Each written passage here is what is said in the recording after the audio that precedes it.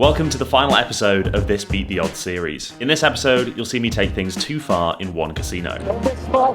And for our last day in Vegas, we had planned something big. A new approach to big player / spotter team play that could be best described as, this is so crazy, it just might work.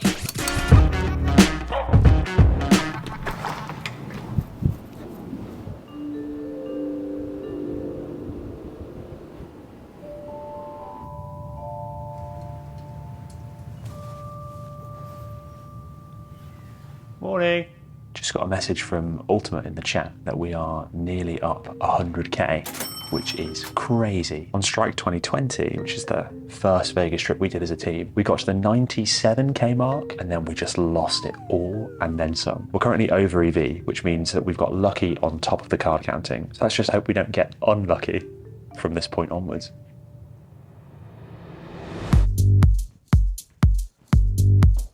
We just had time to play one more casino before our team hit, so me, Joe, and Irish decided to all hit the same casino at the same time, mainly for fun.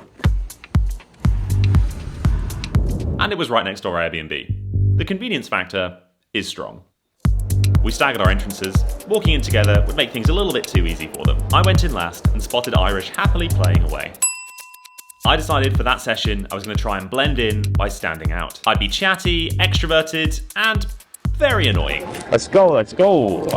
Definitely not someone trying to keep their head down. I had the table to myself until another player joined. You can hop in, don't wait for my knee. She was an elderly lady who was in her late 70s. Her joining the table would signal the start of the situation. The pit boss input something on their computer screen, so I took the opportunity to ask about it.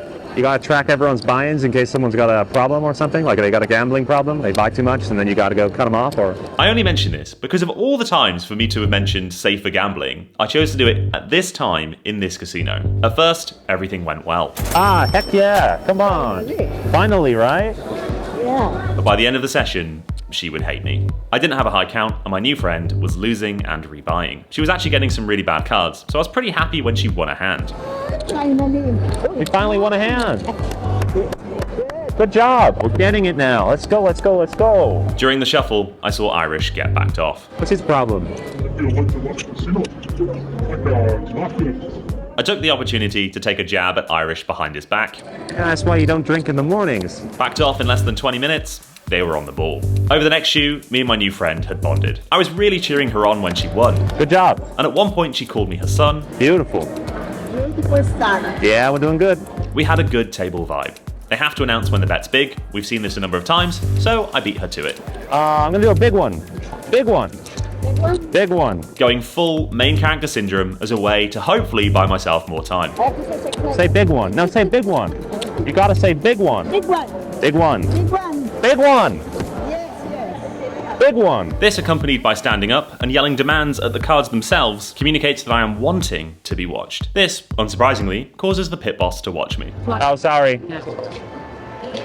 Too big. I'm also trying to maintain a party guy atmosphere and not seem fazed for losing this kind of bet. I decided to place another big bet at the start of the new shoe. I didn't want to actually place a bet this big on a neutral count, but I was hoping that the pit boss would see me place that bet, then turn to do something else, and I could quickly reduce it before the cards were dealt. This went better than I could have hoped, because the dealer talked me out of placing a big bet because it was a new shoe. Thank you, dealer. Good advice. My friend also encouraged me to take it easy. Just take it easy, son. Okay.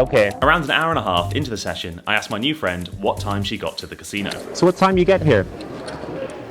Yesterday. Good morning. What time are you here? Like around 12 o'clock, right? Yes. So you've been here 24 hours? Not 24 hours. It seems it's now 24 hours. 25 hours. You need to get some sleep, I'm telling you. It turned out that this 77-year-old woman hadn't eaten or slept in 24 hours. Yesterday. So you haven't slept? No. And not eating. Oh, wow. No eat, no sleep. Something about hearing this directly really made it sink in just what was happening. You gotta eat. No, I don't want to lose time. Now, in my opinion, just as a bar isn't supposed to serve alcohol to somebody that's drunk, I don't think casinos should be encouraging people to gamble that have gambling problems, especially when that person is neglecting their health. I know, a real hot take here. I tried to politely suggest that she take a break, but she didn't want to. Okay. But you should still eat some food. Make sure she eats some food. No one is going to convince me that a 77-year-old woman playing casino games for 25 hours without sleeping or eating is healthy. The UK has a lot of issues with gambling, but what does happen is that casino staff will check in with a player when certain things happen. I've played in UK casinos, lost a couple £1,000s, and then been pulled to one side to have a polite check-in conversation to check that I'm okay, that I'm comfortable with the amount that I've lost, and that I'm just doing all right. Don't get me wrong, they're not doing this out of the goodness of their hearts, they're doing this because they're scared of being fined. If they let someone play that has a gambling problem, the Gambling Commission can fine the casino. And let me tell you, the Gambling Commission loves to fine casinos. I know other players that have played for very long periods of time in casinos, and they've been given a polite timeout. You can keep playing, but you have to take a 2-hour break. Something like that. No one goes to the casino planning to have a horrible time, but so many people have a horrible time, and it can be very difficult to pull yourself away when you're losing. So having these little check-ins where you just get to break that continuous gambling cycle and see if really you want to still be there is good. These are good things. I'm not saying that UK casinos are some kind of moral beacon. I could probably do a whole video about all of the shady things that UK casinos have done. But what I am saying is, I don't think I've ever had someone tell me to stop gambling in the US. Back off's not included. Obviously. Even when losing, the best I've got is... And one time, I was in Vegas and I said something to the effect of, "Oh, I'm having a really miserable time, maybe I should stop." And the pit boss replied, "As long as you've still got a chip, there's still a chance." Do you have no soul? How could the casino be comfortable with letting this woman play for over 24 hours without eating or sleeping? You've been here 24 hours. 24. And they don't like... Against so many banks. But they don't check in, they don't say, hey... 24 is a lot of time. And they know. There are surveillance people watching on the cameras. They can see how long someone's been there. They know. You don't have any, safer gambling measures? Some people believe in freedom above all else. I'm not even saying that they should make her stop, but I am saying someone should absolutely be checking in with this woman and making sure she's okay. You can have human decency without taking away someone's choice to play. You do check? So you go, there's a certain point when you go, that's enough because it's 24, it's a lot of time. You don't want them to have a problem. So, but 24 hours isn't that point, no? So how many hours is it? It's supposed to be 40 hours. 40 hours? So 39 hours in a casino is considered healthy? 39 hours? Totally fine. 40? Maybe we should see if they're okay. Sometimes I think that casinos wouldn't notice if a player died at the blackjack table, provided some people were still placing bets. Okay, that's a bit much. Of course they would. A Florida lawyer who suffered a heart attack while playing blackjack in Las Vegas casino remained slumped on the table while the dealer kept dishing out cards for some 20 minutes, according to a lawsuit filed by his grieving widow. Oh, okay. So there's no limit then? The 40 hours was a joke? There's no limit? I could move in and play for 6 days without sleep and everyone would be like, great. So if they're drinking, that's bad. But if you gamble more than you can, if you develop a little problem there, it's like, oh great, come back. The dealer had already shrugged off my concerns, and the pit boss had told me, in so many words, that 39 hours of non-stop gambling is totally fine. I continued to play, and when another pit boss was nearby, I decided to ask him what he thought. As long as they stay awake.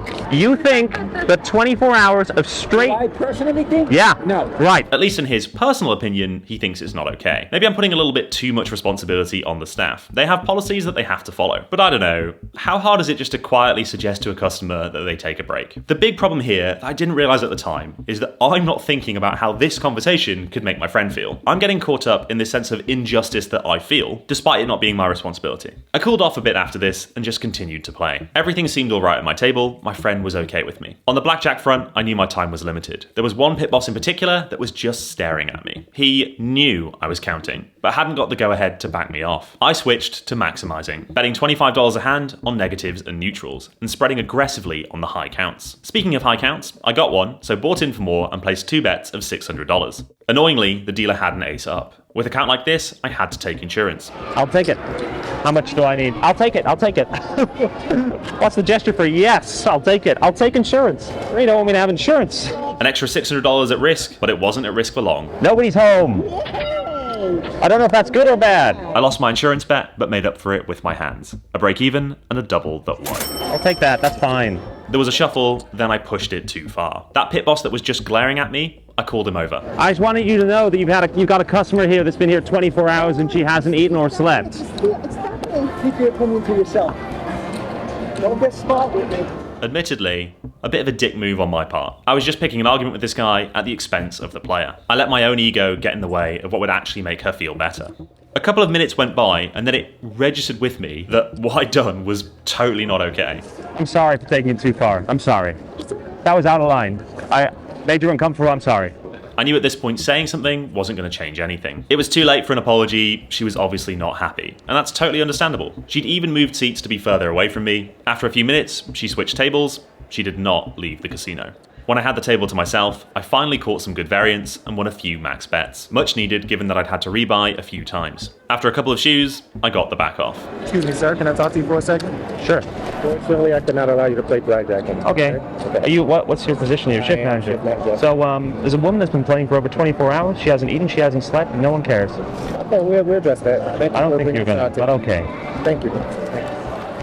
When I went to the cash desk, I was about as unhelpful as possible, refusing to take off my hat. No, thank you.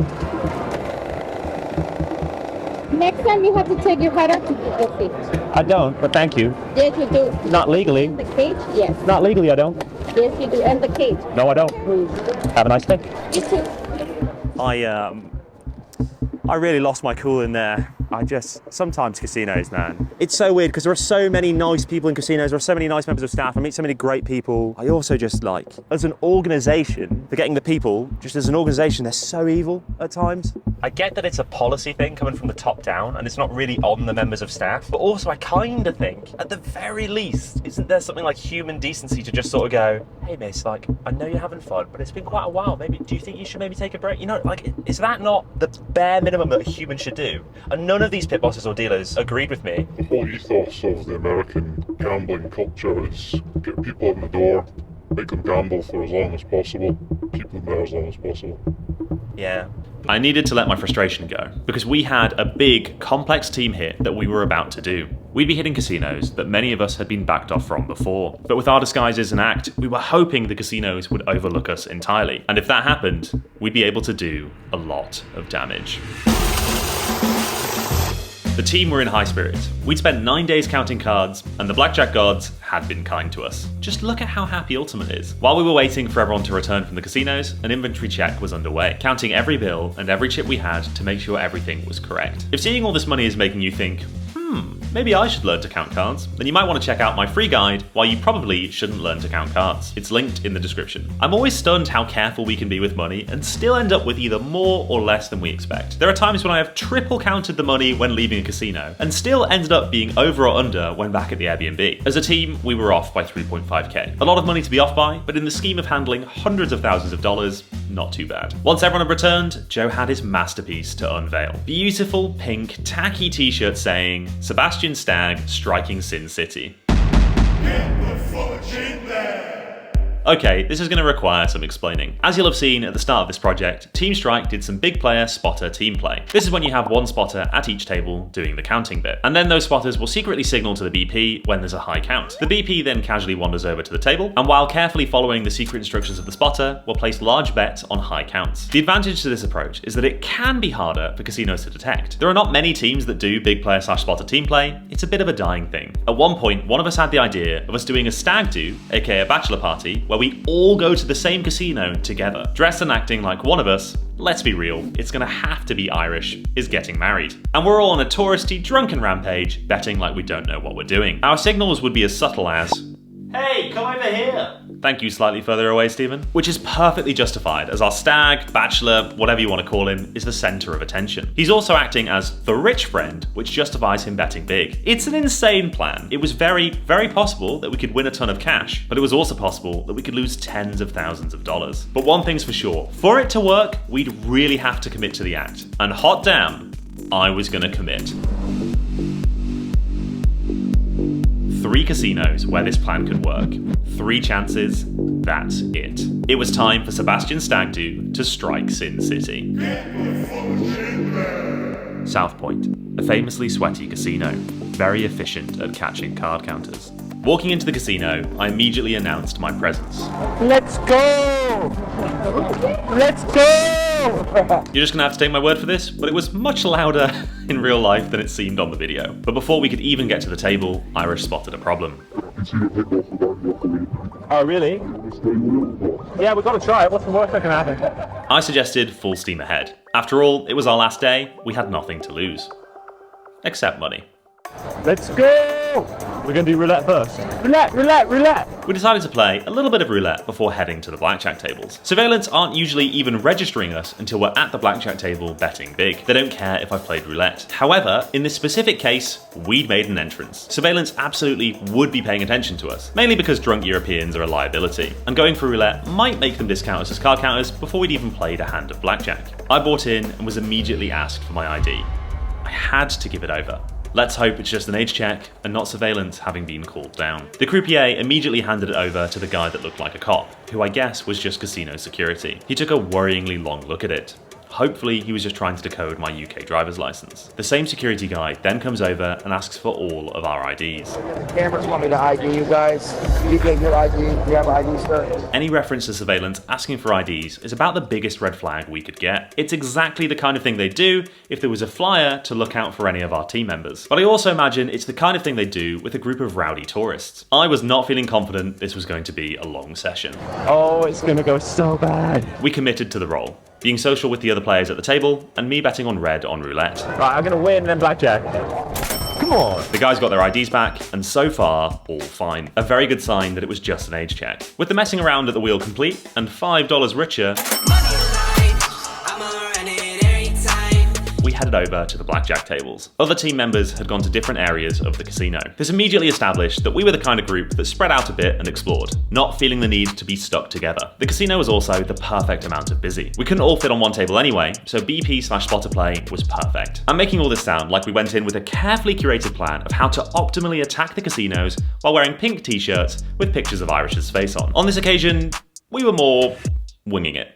Me and Syntax joined the table, and I was once again ID'd. We've just been ID'd, you want it again? Although at least having given over my ID before was enough verification that I was fine to play. Yes. It's still me. This isn't my real hair though. I'm not bald, leave me be. I got a pathetic mustache. Took you 6 months to grow that. Me and Syntax immediately taking the opportunity to take the piss out of each other at any and every opportunity. No, you absolute psychopath. You know you can't shuffle. The strategy became effortless and obvious. Gone were all our usual subtle ways of communicating. We could just boldly call over our BP when we needed to, which is exactly what we did when we got a high count. Steph, don't play by yourself, you loser. Come over here. We got a hot table, we're kicking ass. Come here, play on our table. Here, there's a spot. Hold on, wait, can you wait? Can you wait? I told Irish the count in almost the most direct way I could. I'm up 5. Hope that's clear, come on, man. He bet 2 hands of 500 and got 2 20s. 20. Beautiful. The dealer had a 10 as their up card. We were wishing for a 9 underneath. Our wish did not come true. The dealer had a small card and then drew to 21. I quickly realised there was a lot of opportunity for creating some chaotic cover. I could tell Irish that he needed to pace himself, bet less, etc. Just bet small money, more. This was decent cover, but more importantly, it was fun. Irish in turn had fun. He was totally sober, but pretended to be hammered. His "I think I'm gonna be sick" routine was maybe a little bit too convincing. They will kick you out. You need to get this yes because they will actually kick you out, bro. I was a little worried he might get thrown out. They will kick you out, so you calm down. But of course, casinos don't mind you throwing up if you're betting purples. This is fun. We were getting a lot of attention from the pit bosses, and there were some phone calls. I thought it was heat, but it could also be, keep your eye on these drunk guys. Lots of phone calls, I don't know how long we have. This is the most fun I've had in ages. This is the highlight. One of my absolute favourite moments was when Irish played a hand perfectly, and as a result looked like a total idiot. He had a soft 18 against a 10. This is the most misplayed hand in all of blackjack. People play soft 18 wrong all the time. In this case, the correct play is to hit, but it just feels wrong. So I enjoyed telling Irish not to hit the hand, and of course, he hit anyway.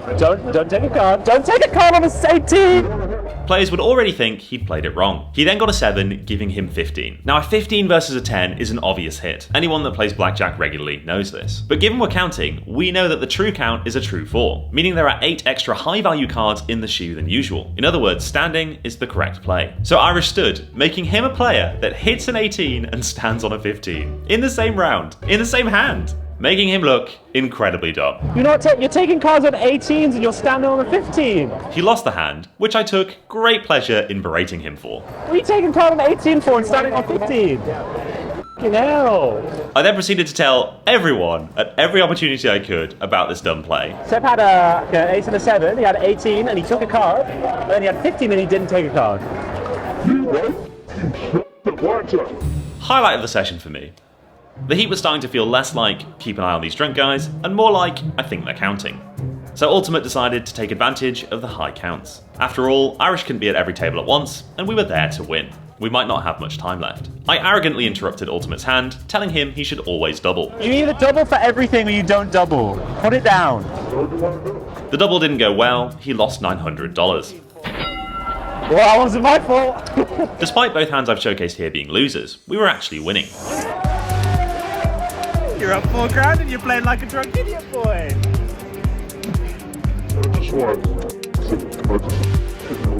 Me too, man.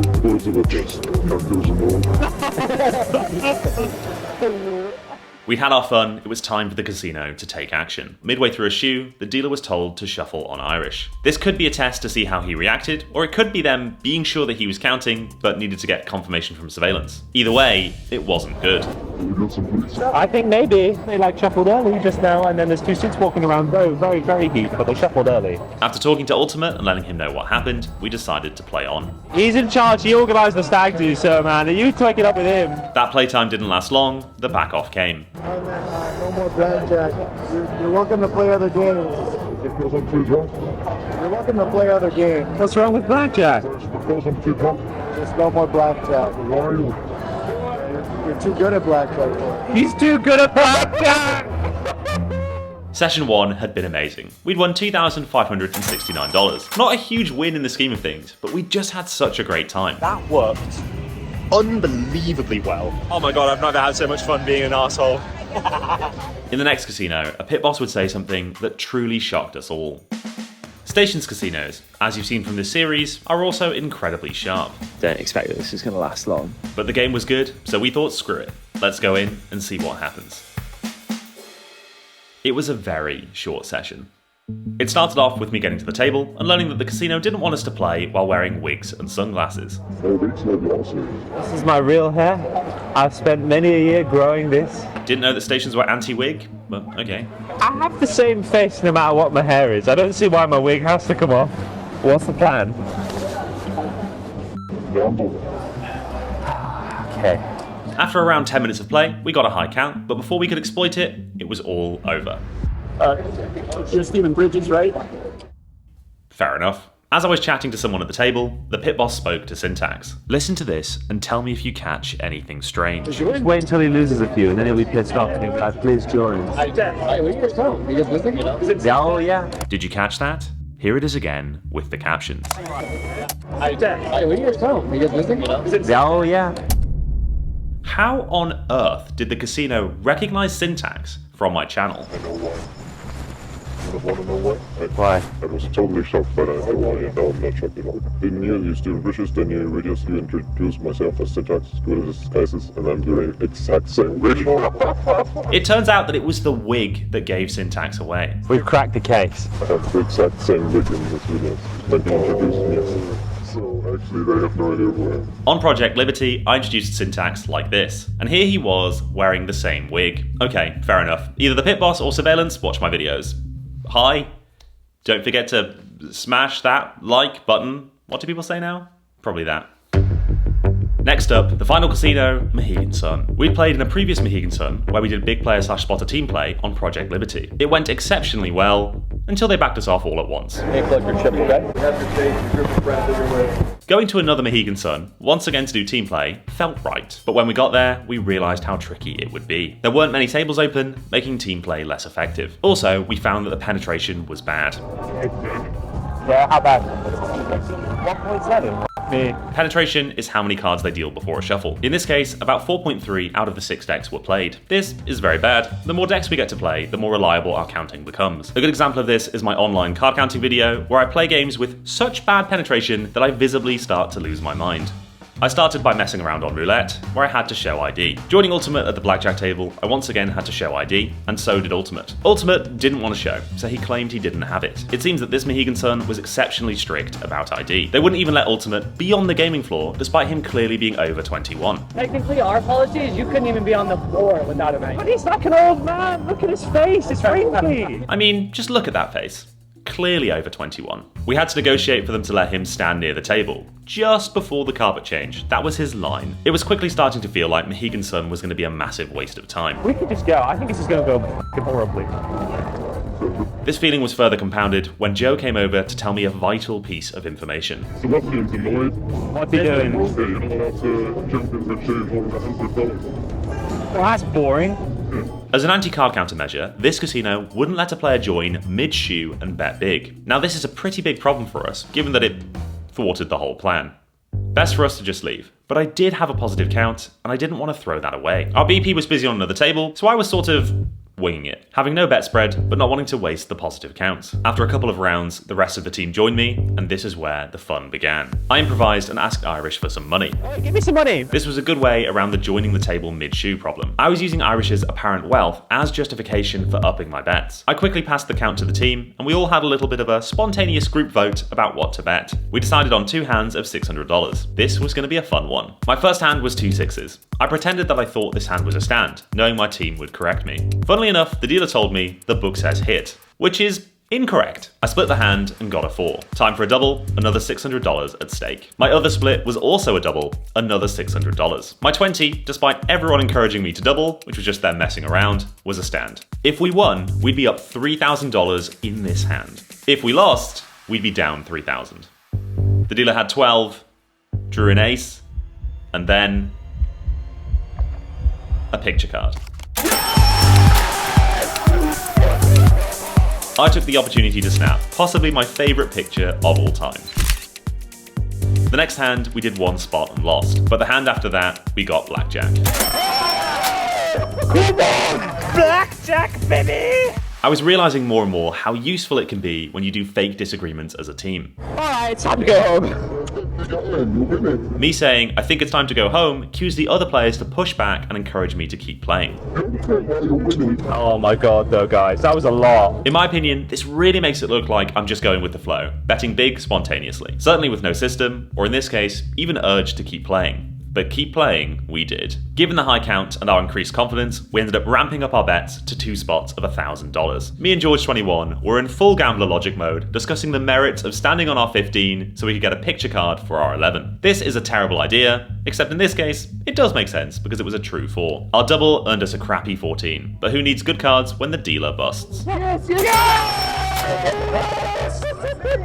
At this point, another pit boss joined the other two, and they were discussing what to do. It was a tricky situation for them to be in. We are betting the table max. The house edge of this game is approximately 0.6%, meaning on a $2,000 round, the casino would earn on average $12. That's if we're playing perfect basic strategy. They would most probably be assuming that we were playing pretty poorly, so they could estimate that their edge would be significantly higher. Every round played, the casino could be thinking they'd be making $25 to $50 off us. If we played for a couple of hours at 2 hands of the table max, at say 100 rounds per hour, we'd be worth approximately $5,000 to $10,000, not a trivial amount of money. So backing off a player is a risk unless the casino is sure they're counting. So play on, we did.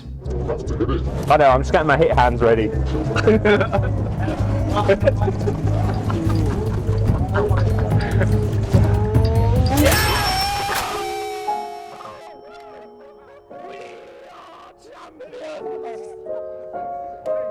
That signified the end. The counter dropped, marking the end of Project Fun. And fun it was. In the Bahamas doing team play, we'd taken $27,649 before being trespassed from the property. We'd taken another $14,906 from the other casino playing solo before bouncing to Vegas. Vegas had been chaotic and amazing. There were the backoffs practically on arrival. There were arguments, and more arguments, and funny accents and silly disguises. There were highs and lows. And of course, the same group of friends, brought together by a card game that had been playing together since Strike 2020. The first time we ever went to Vegas, we got crushed. But this time, we'd won. We'd won $138,557 on this trip.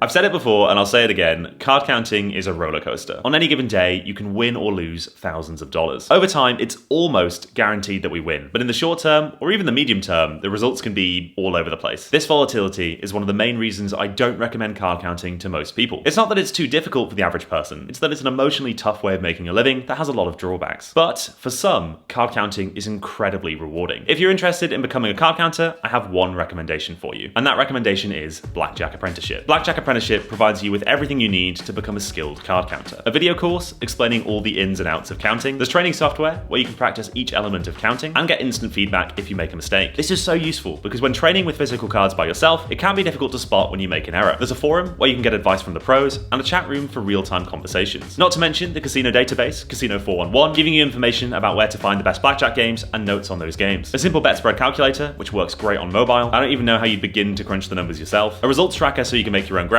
I could go on. Basically, the software makes it easier, faster, and more enjoyable to learn. You don't need to join Blackjack Apprenticeship to become a card counter. You can get information from books, you can train without software, but the counters I've met that are BJA trained are on a different level to the rest. Without Blackjack Apprenticeship, I would not be a card counter. Myself and every single one of my teammates all used it to learn to count. If you use my link, not only does it support me, but you also get access to an exclusive Stephen Bridges chat room where we talk about all things card counting. I'll say it one more time, counting is not for everyone, but if you would like to learn, check out stephenbridges.co/BJA. It's also linked in the description.